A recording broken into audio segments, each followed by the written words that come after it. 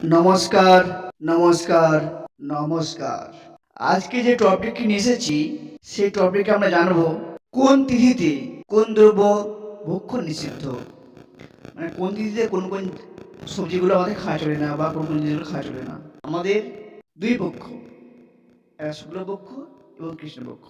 প্রত্যেক তিথিতেই প্রতিপদ, দ্বিতীয়া, তৃতীয়া, চতুর্থী, পঞ্চমী, ষষ্ঠী, সপ্তমী, অষ্টমী, নবমী, দশমী, একাদশী, দ্বাদশী, ত্রয়োদশী, চতুর্দশী, পূর্ণিমা পরামর্শ থাকবেই। সেই তিথিতে কোন কোন জিনিসগুলো আমরা খাবো না বা কোন কোন জিনিসগুলো খেলে কী হয় সেগুলো আমি জানবো। প্রথম জানবো প্রতিপদ। প্রতিপদ তিথিতে কুষ্মাণ্ড অর্থাৎ চাল কুমড়া ভক্ষণ করিলে ভোক্তার অর্থহানি হয়। এরূপ দ্বিতীয়াতে দ্বিতীয়া তিথিতে বৃহতি অর্থাৎ ছোট বেগুন বা তিল বেগুন ভক্ষণ করিলে হরিশরণের অধিকার থাকে না। তৃতীয়াতে তৃতীয়াতে পটল ভক্ষণে শত্রু বৃদ্ধি হয়, অর্থাৎ তৃতীয়া তিথিতে পটল ভক্ষণ করা চলবে না। চতুর্থীতে চতুর্থীতে কী হবে না, মূলা ভক্ষণে ধনাক্ষয় হয়। চতুর্থী তিথিতে মূলা ভক্ষণ করা চলে না। পঞ্চমীতে পঞ্চমীতে বিল্ল অর্থাৎ বেল ভক্ষণ করা চলে না, বিল্ল ভক্ষণে কলঙ্ক হয়।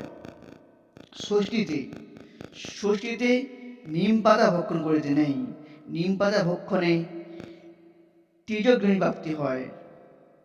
সপ্তমীতে সপ্তমীতে তাল ভক্ষণে শরীর নাশ হয়, সপ্তমীতে তাল ভক্ষণ করা চলে না। অষ্টমীতে অষ্টমীতে নারিকেল ভক্ষণ করিতে চলে না।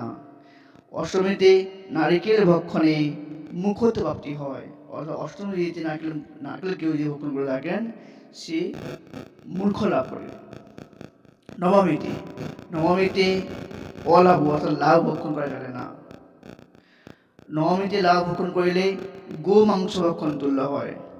দশমীতে দশমীতে কলম্বি অর্থাৎ কলমি শাক ভক্ষণ করা চলে না, এতে গোহত্যা পাপ হয়। একাদশীতে একাদশীতে সিম্বি অর্থাৎ সিম ভক্ষণে পাপ জন্মায়।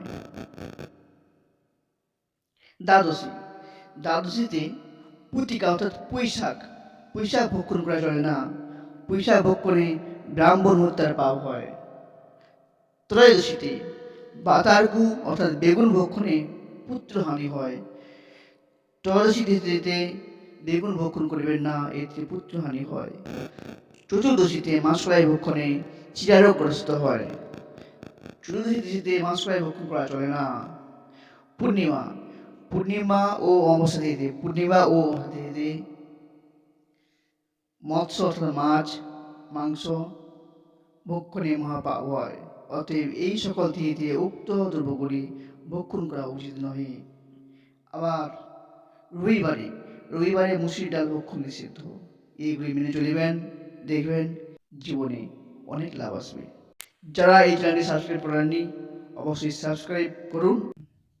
ভালো থাকবেন, সুখে থাকবেন।